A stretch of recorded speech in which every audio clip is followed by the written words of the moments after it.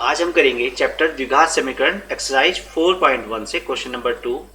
निम्न स्थितियों को द्विघात समीकरण के रूप में निरूपित कीजिए। देखिए यहाँ पे दे रखा है कि एक आयताकार भूखंड का क्षेत्रफल 528 मीटर स्क्वायर है, यानी कि क्या दिया हुआ है, क्षेत्रफल दे रखा है, आयताकार भूखंड का क्षेत्रफल, आयताकार भूखंड का क्षेत्रफल दे रखा है कितना, 528 मीटर स्क्वायर। और देखिए क्षेत्र की लंबाई दे रखी है, कितनी दे रखी है, लंबाई चौड़ाई के दुगने से एक अधिक है। ठीक है, यानी कि चौड़ाई हमें पता नहीं है और लंबाई क्या है, चौड़ाई के दुगने से एक ज्यादा। ठीक है, तो मान लेते हैं हम चौड़ाई कितनी है, चौड़ाई हमें पता ही नहीं है, तो माना चौड़ाई हम मान लेते हैं चौड़ाई कितनी है, x मीटर है। अब लंबाई क्या हो गई, चौड़ाई के दुगने से, तो चौड़ाई का दुगना करो, x का दुगना 2x और उससे एक ज्यादा यानी कि +1 मीटर। ठीक है, लंबाई पता लग गई, चौड़ाई पता लग गई और क्षेत्रफल दे रखा है 528। हमें क्या करना है बच्चों, द्विघात समीकरण बनानी है। तो क्या लगा दीजिए फॉर्मूला, आयत का क्षेत्रफल हमने सीखा हुआ है, आयत का क्षेत्रफल दे रखा है, क्या होता है, लंबाई गुना चौड़ाई। लंबाई का मान रखते हैं, देखो लंबाई दे रखी है, क्षेत्रफल दे रखा है 528, तो क्षेत्रफल का मान रख देते हैं 528 और मीटर स्क्वायर लिखना चाहो मीटर स्क्वायर लिख दो। यहां पे लंबाई दे रखी है 2x + 1 और चौड़ाई हमने ले रखी है कितनी, x। ठीक है, ब्रैकेट ओपन कर देते हैं, हमें द्विघात बनानी है तो x की गुणा अंदर दोनों से करेंगे, x की गुणा किससे करेंगे, 2x से, तो क्या हो जाएगा 2x² और x की गुणा 1 से भी करेंगे, x1 जा x।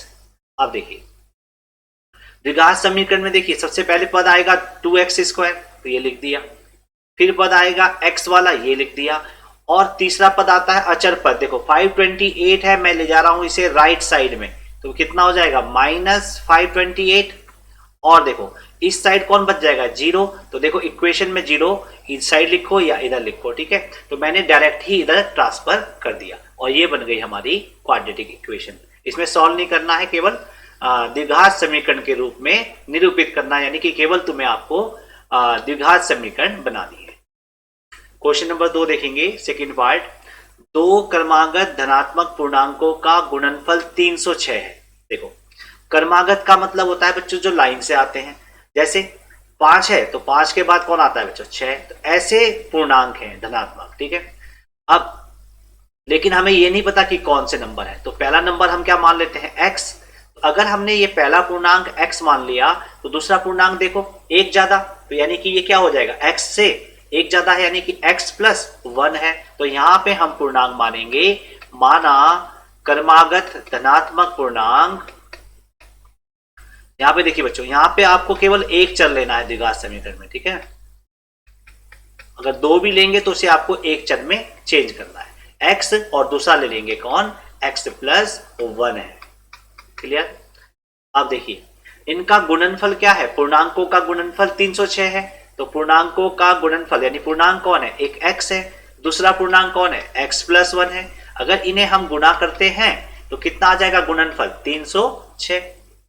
x को x से गुणा कर लीजिए x², x को 1 से गुणा कर लीजिए 1x = 306।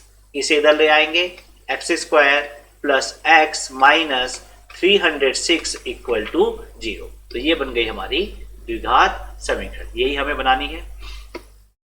थर्ड देखेंगे, रोहन की मां उससे 26 वर्ष बड़ी है। ठीक है, तो रोहन की मां क्या है, रोहन से 26 वर्ष बड़ी है। अब देखो उनकी आयु वर्षों में का गुणनफल अब से 3 वर्ष पश्चात 360 हो जाएगा। हमें रोहन की वर्तमान आयु ज्ञात करनी है। ठीक है, तो जो देखिए सबसे पहले जो हमें ज्ञात करना है उसके लिए ले लेते हैं हम चर, माना रोहन की वर्तमान आयु x वर्ष है,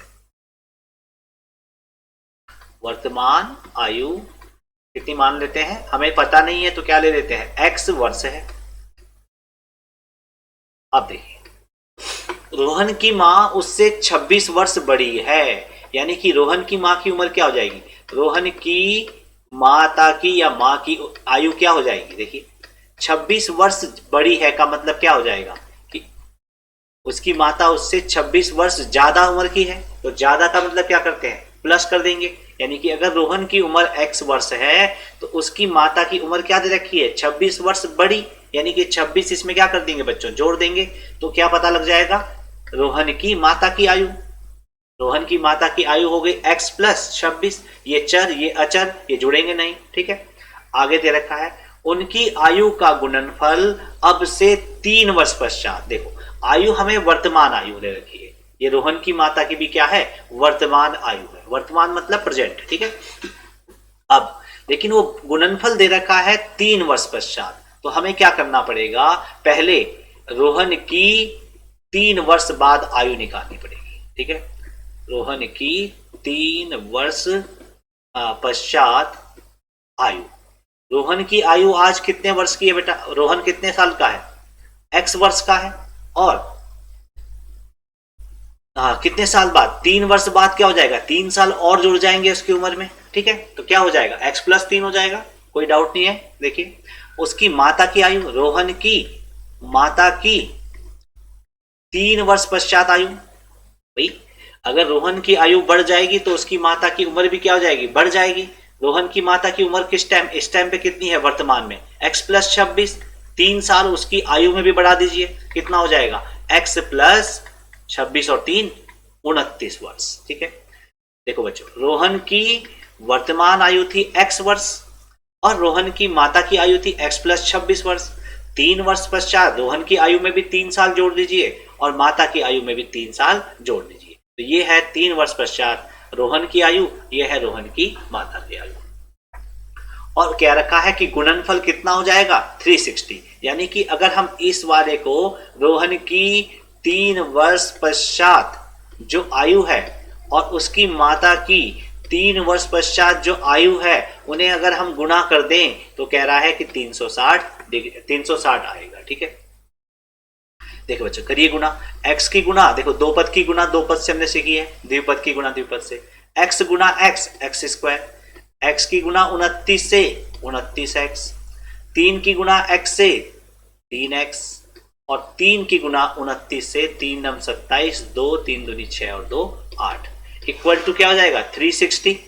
देखो x स्क्वायर 29 और 3 जुड़ जाएंगे कितना हो जाएगा 32x प्लस 87 और 360 को भी मैं इधर ला रहा हूं क्योंकि द्विघात समीकरण बनानी है, राइट हैंड साइड में बचेगा 0, तो x स्क्वायर प्लस 32x और देखो ये 10 में से 7 घटाएंगे 3 और यहां बचा 5, 15 में से 8 गया 8 और 7 15 7 और यहां बचेगा 2 माइनस 273 इक्वल टू 0, और यही हमें बनानी थी द्विघात समीकरण। फोर्थ पार्ट देखेंगे, एक रेलगाड़ी 480 किलोमीटर की दूरी समान चाल से तय करती है। देखो एक तो दे रखी है दूरी, कितनी दे रखी है दूरी 480 किलोमीटर और समान चाल से तय करती है, लेकिन समान चाल दे नहीं रखी है। और लास्ट में देखेंगे रेलगाड़ी की चाल ज्ञात करो, तो माना रेलगाड़ी की चाल x ले लेते हैं, एक चर लेना है ना हमें, तो माना रेलगाड़ी की चाल क्या मान लेते हैं x किलोमीटर, देखो सब जगह किलोमीटर प्रति घंटा में आ रहा है तो x किलोमीटर प्रति घंटा है, ठीक है। अब देखिए यदि कि समान चाल से तय करती है, देखो दूरी तय कर रही है x किलोमीटर प्रति घंटा से, लेकिन दूसरी कंडीशन दे रखी है कि यदि चाल 8 किलोमीटर प्रति घंटा कम होती, देखो तो उसी दूरी को तय करने में 3 घंटे ज्यादा लगते। देखो बच्चों ये दूरी है 480 किलोमीटर, ठीक। अगर रेलगाड़ी इस x चाल से चल रही है तो देखो कितना टाइम लग रहा है वो निकाल लीजिए। अब इसकी चाल क्या हो गई 8 किलोमीटर कम हो गई, यानी कि पहले x थी तो अब हो जाएगी x माइनस 8। भाई चाल कम होगी तो समय क्या लगेगा ज्यादा, और ज्यादा कितना समय लग रहा है 3 घंटे ज्यादा समय लग रहा है, ठीक है। तो हम क्या करेंगे इसमें, जब गाड़ी रेलगाड़ी x चाल से चल रही है उस समय कितना समय लगा, और जब x माइनस 8 की स्पीड से चल रही है उस समय कितना समय लगा, पहले तो हम ये निकाल लेते हैं। देखो रेलगाड़ी द्वारा लिया गया समय, किस द्वारा लिया गया समय, यहां पे आप जोड़ देंगे जब x चाल से चल रही है, ठीक है ना। तो चाल बराबर क्या होता है, दूरी बटे समय। तो समय क्या हो जाएगा बच्चों, दूरी बटे चाल, और दूरी कितनी है 480 किलोमीटर, और चाल है कितनी x, इसे हम ले लेते हैं रिजल्ट 1। अब देखिए चाल क्या हो गई, कम हो गई, तो रेलगाड़ी की नई चाल ले लेते हैं, रेलगाड़ी की नई चाल। भाई कितने किलोमीटर कम हुई, x पहले कितनी थी, x थी, अब कितने किलोमीटर कम हुई बच्चों, 8 कम हुई। तो x में से 8 कम कर दो, यानी कि x माइनस 8 किलोमीटर प्रति घंटा। भाई रेलगाड़ी पहले चल रही थी x चाल से, अब 8 किलोमीटर प्रति घंटा कम हो गई, तो क्या हो गया x माइनस 8। तो रेलगाड़ी द्वारा लिया गया समय किस चाल से, x माइनस 8 चाल से, ठीक है। आप लिख लेना से रेलगाड़ी द्वारा, मैं सीधा कर देता हूं, रेलगाड़ी द्वारा लिया समय। भाई समय कैसे निकलता है, चाल बराबर दूरी बटे समय, तो समय कैसे निकलेगा, दूरी बटे चाल।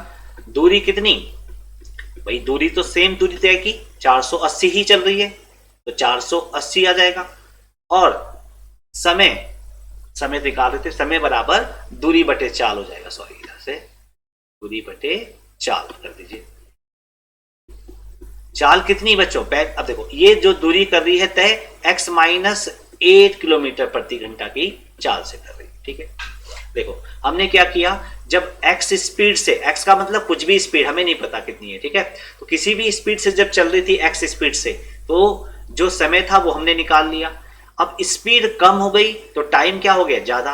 देखिए कौन सा वाला टाइम ज्यादा होगा, ये वाला टाइम ज्यादा होगा, क्यों, ये वाला टाइम ज्यादा क्यों होगा बच्चों, स्पीड कम होगी तो टाइम क्या लगेगा, ज्यादा लगेगा। तो ये समय ज्यादा है किससे, इस समय से। कितना ज्यादा है, दे रखा है क्वेश्चन में, 3 घंटे अधिक है। कौन सा टाइम, भाई जब कम स्पीड से चलेंगे वो टाइम क्या होगा, बढ़ ज्यादा होगा।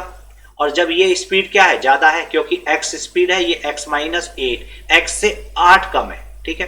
तो ये समय क्या हो गया बच्चों, ज्यादा हो गया। तो इस समय में से इस समय को घटा करके बचना चाहिए कितना, 3 घंटा, ठीक है। तो हम यही कर देते हैं 480 बटे x माइनस 8 और माइनस 480 बटे x बराबर 3 घंटा, ठीक है। अब हमें बनानी है यहाँ पे समीकरण बनानी है, ठीक है। अब क्या करेंगे, देखो यहां पे कर लीजिए, दोनों का एलसीएम ले लीजिए। देखो यहाँ पे x माइनस 8 है, यहाँ पे x कुछ भी कॉमन नहीं है, तो दोनों का एलसीएम हो जाएगा x माइनस 8 और x, ठीक है। 480 को मैं यहाँ पे कॉमन कर लेता हूं पहले।